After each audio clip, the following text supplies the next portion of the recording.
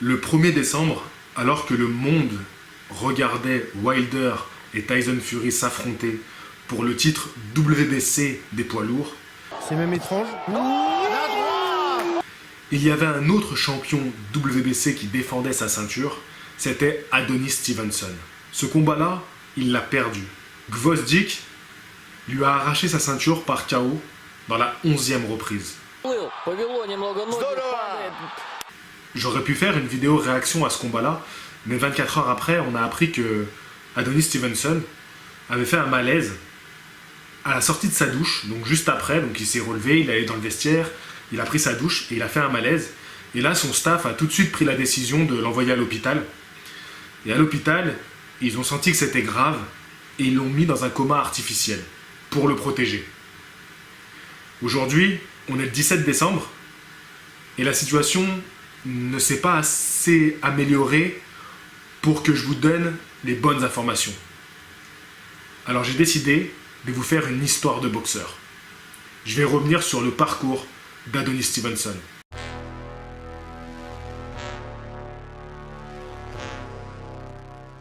Je suis pas là pour juger Adonis. Je suis là pour vous raconter son histoire. Et je vous dis que le boxeur, je l'ai découvert en 2013. Et depuis 2013, je l'aime énormément. Adonis va vivre jusqu'à ses 7 ans chez sa grand-mère, à Port-au-Prince. C'est un milieu pauvre et très violent. Il aurait même assisté à un règlement de compte et il aurait vu un gars se faire tuer sous ses yeux. Donc à ses 7 ans, en 84, il va rejoindre sa mère à Montréal. Adonis n'a jamais connu son père. Il a vécu à ce moment-là avec un beau-père parce que sa mère avait refait sa vie. De son père à lui, ils sont 3 enfants. Et avec ce beau-père, sa mère a eu 3 autres enfants. Bon, il ne va pas vraiment vivre avec eux parce qu'à ses 14 ans, il va quitter le foyer familial et il va même se retrouver SDF. Rapidement, il va se retrouver dans un gang, un sale gang, et c'est même ce gang qui va l'amener pour la première fois dans une salle de boxe.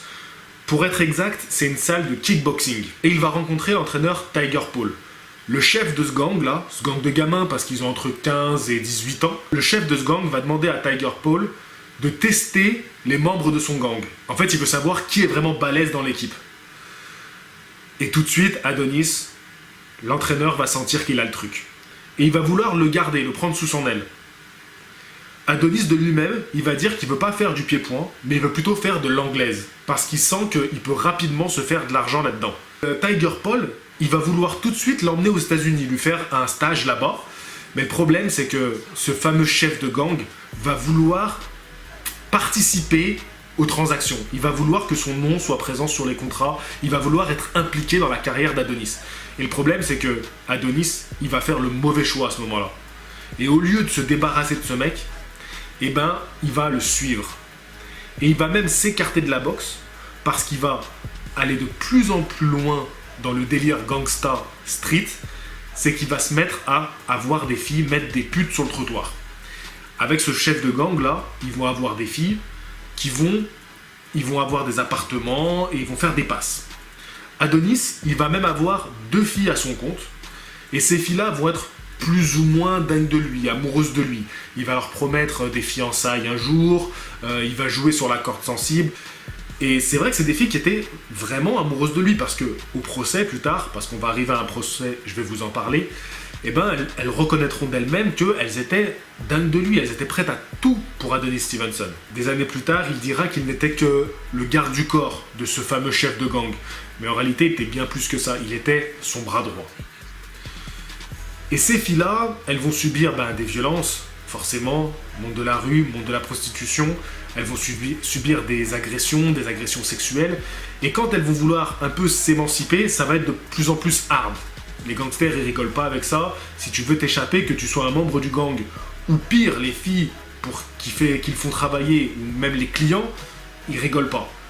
Et du coup, quand elles vont vouloir commencer à s'écarter de tout ça, ils vont être de plus en plus hardcore avec elles, jusqu'au point qu'une des filles décide de s'allier avec un client pour faire tuer le chef de gang et Adonis Stevenson. Elle a clairement ciblé les deux. Et comme je vous ai dit, il y a 2 filles qui sont amoureuses d'Adonis. Alors, pour des histoires d'amour, de jalousie, je ne sais pas, mais une des 2 va tout dénoncer au chef de gang. Alors, je pense qu'il y a les histoires d'amour, bien sûr, comme je vous l'ai dit, mais il y a surtout la peur. La peur que ça sache et que ça se retourne contre elle. De fil en aiguille, ça s'envenime et les deux vont être séquestrés par le chef de gang et par Adonis. Et là, il va avoir des violences vraiment hardes envers ses filles. À tel point que, un jour, l'une des deux arrive à s'échapper. En fait, elle va rencontrer son père et ces gangsters et contrôler toute la vie des filles. Elle va aller rencontrer son père, elle va prendre un rendez-vous avec son père comme une permission de sortie. Et quand elle va voir son père, elle va craquer et son père, pour la protéger, va la planquer. Comme si elle était en cavale en fait. Bon, concrètement c'est ça, elle était en cavale des gangsters. Et comme elle disparaît comme ça du jour au lendemain, il flippe un peu, le chef de gang et Adonis. Ils se disent ah, c'est chaud, on va sûrement avoir les flics au cul. Donc au début, il commence à déplacer les filles dans différents motels, dans différents appartements. Et ces imbéciles, et heureusement qu'ils ont été assez bêtes pour le croire, ils se disent bon ben c'est bon, les flics n'ont pas l'air de nous poursuivre, alors on va revenir à nos premiers appartements. Et bien sûr, les flics les attendaient pour les cueillir, et ils se font choper à ce moment-là. Ils vont passer un certain temps en prison avant le procès, et il faut savoir, parce que c'est un point important dans l'histoire, c'est que tout le temps que tu passes avant ton procès, avant, ça comptait comme double en fait, comme si tu avais fait le double de ta peine. Et là, le point qui est intéressant, qui nous rattache à la boxe, c'est que Adonis demande une permission de sortie pour pouvoir préparer les JO. Donc ça veut dire qu'à ce moment-là, Adonis, il n'avait pas lâché la boxe. Donc il a la vingtaine, au moment où les faits arrivent, et donc il n'avait pas lâché la boxe. Depuis ses 15 ans, il continuait à s'entraîner, mais de manière acharnée.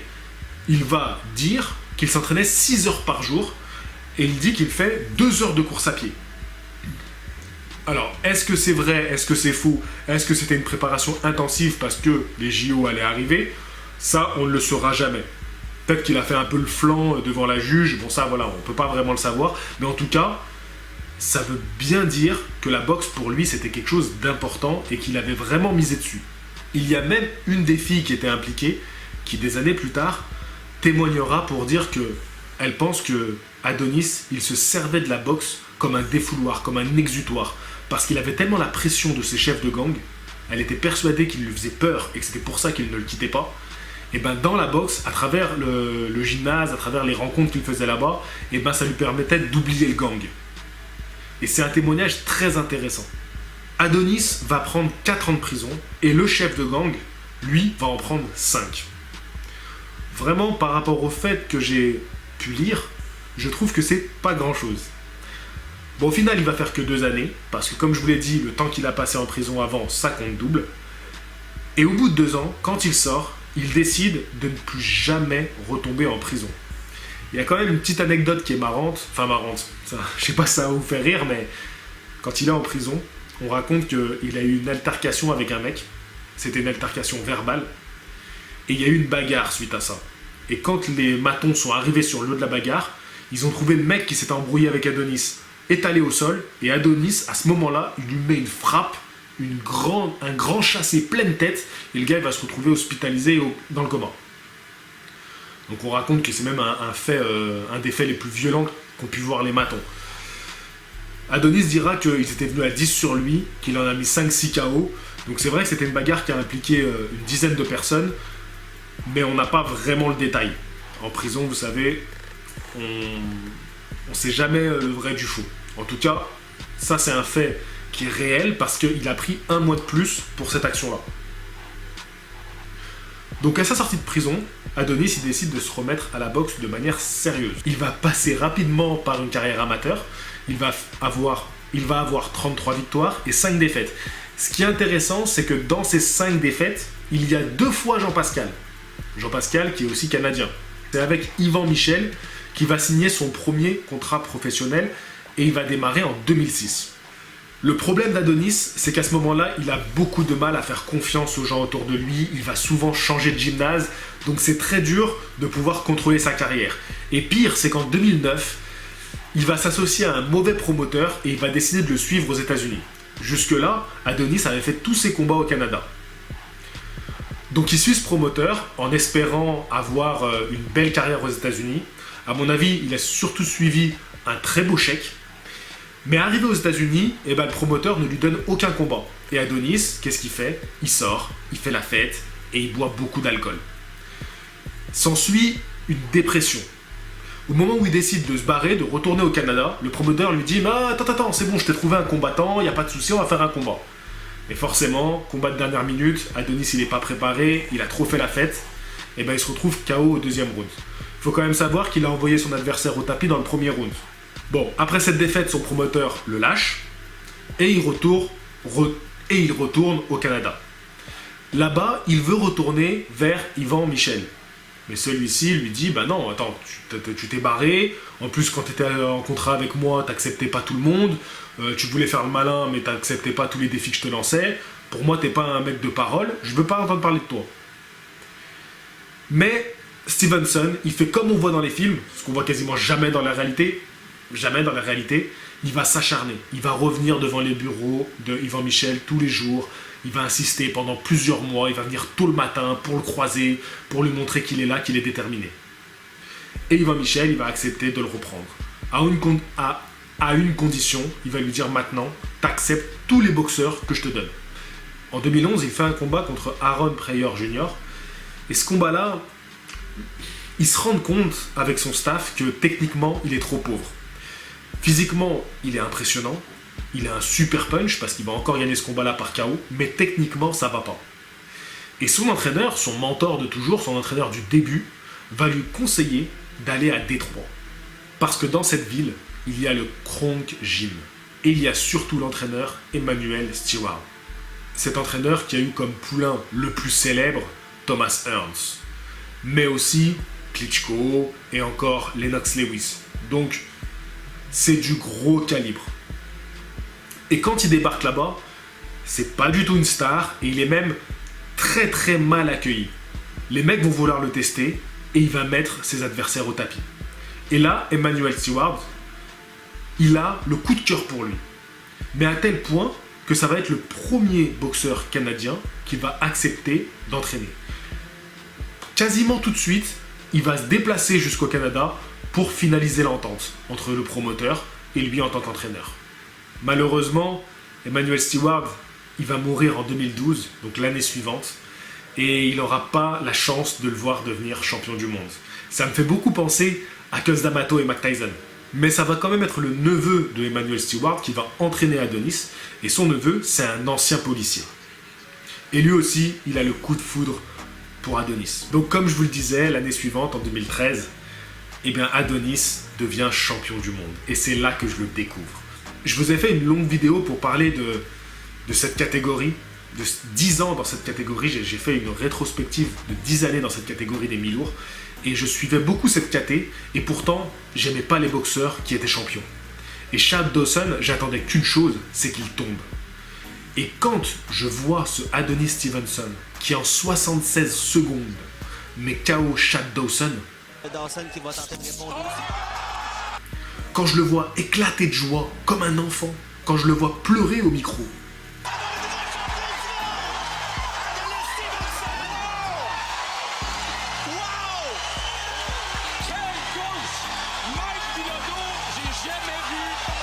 j'ai eu le coup de cœur pour lui. Cette même année, il bat Tavoris Cloud. Adonis Superman Stevenson est toujours champion du monde mi-lourd WBC. Et ensuite, Tony Bellew.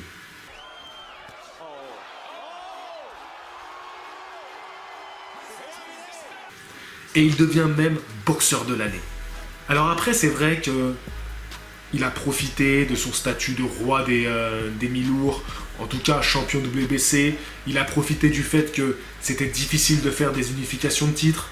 Et il a gardé son titre bien au chaud dans son pays. Ça, c'est vrai. Et ça, j'ai pas hésité à lui reprocher dans ma vidéo où je parle de ces 10 années.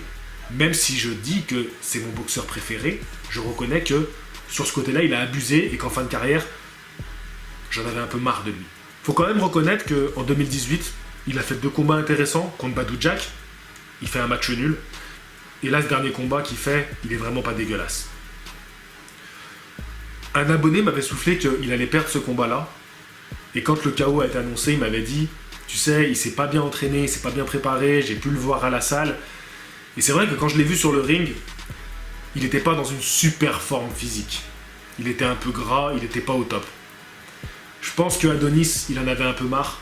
Il n'est pas assez à côté des grands combats qu'on aurait aimé voir. Je vais vous donner après les 3 combats que j'aurais tellement aimé qu'il y ait lieu, mais qui n'auront jamais lieu parce que Adonis ne remontera plus jamais sur un ring. En tout cas, j'espère qu'il ne le fera pas. J'espère qu'il va retrouver la bonne santé. C'est pas ça que je veux dire. J'espère qu'il va retrouver la bonne santé, mais j'espère que surtout, il va mettre un terme à sa carrière, quoi qu'il arrive. Même si les médecins lui disent tu peux revenir sur un ring, j'espère vraiment qu'il ne va pas le faire. Et je pense qu'Adonis, c'était la fin pour lui. Je vais même vous dire, quand il est tombé KO, j'ai tout de suite pensé, cette histoire, elle pouvait que mal finir. Un moment, vous voyez, de stagner comme ça pouvait que finir sur un coup dur.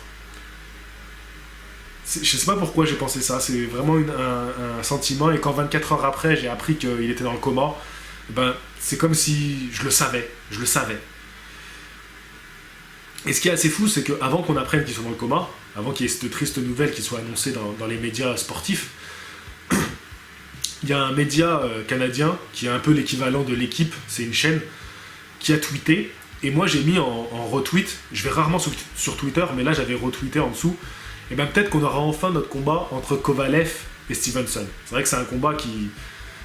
La vidéo sur les 10 ans chez les Milours, c'était pour parler de ce combat-là, que je l'avais fait pour dire que depuis 2014-2015, ils se chauffaient les deux, et surtout en 2015, on aurait pu avoir le combat.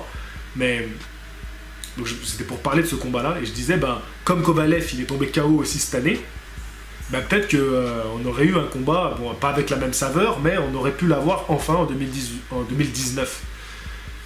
Et c'était un peu donné sous le ton de l'humour, mais j'y croyais.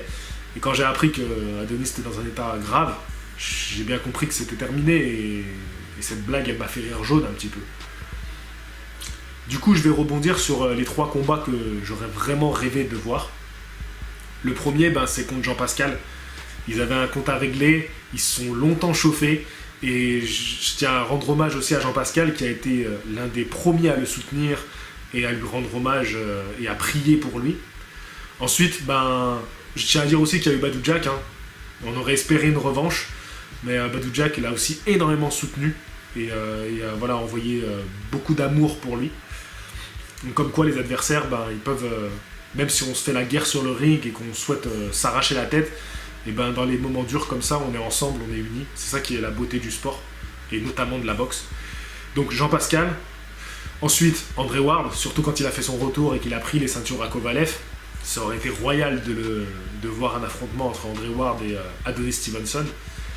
Et mon combat numéro 1 que j'aurais aimé voir et qu'on ne verra jamais, c'est Kovalev contre Stevenson. Je crois que j'ai fait le tour. J'avais différentes options pour parler de cette histoire, cette triste histoire d'Adonis Stevenson. Tout simplement vous donner des informations sur son état de santé. C'est pour ça que j'ai tardé, notamment, c'est parce que l'état s'est stagné, s'est stabilisé, et on ne savait pas trop ce que ça allait donner. Si j'avais opté pour cette vidéo-là, j'aurais parlé du débat qui est ressorti suite à des médecins qui ont critiqué un peu la boxe, quitte à sous-entendre qu'il faudrait l'interdire.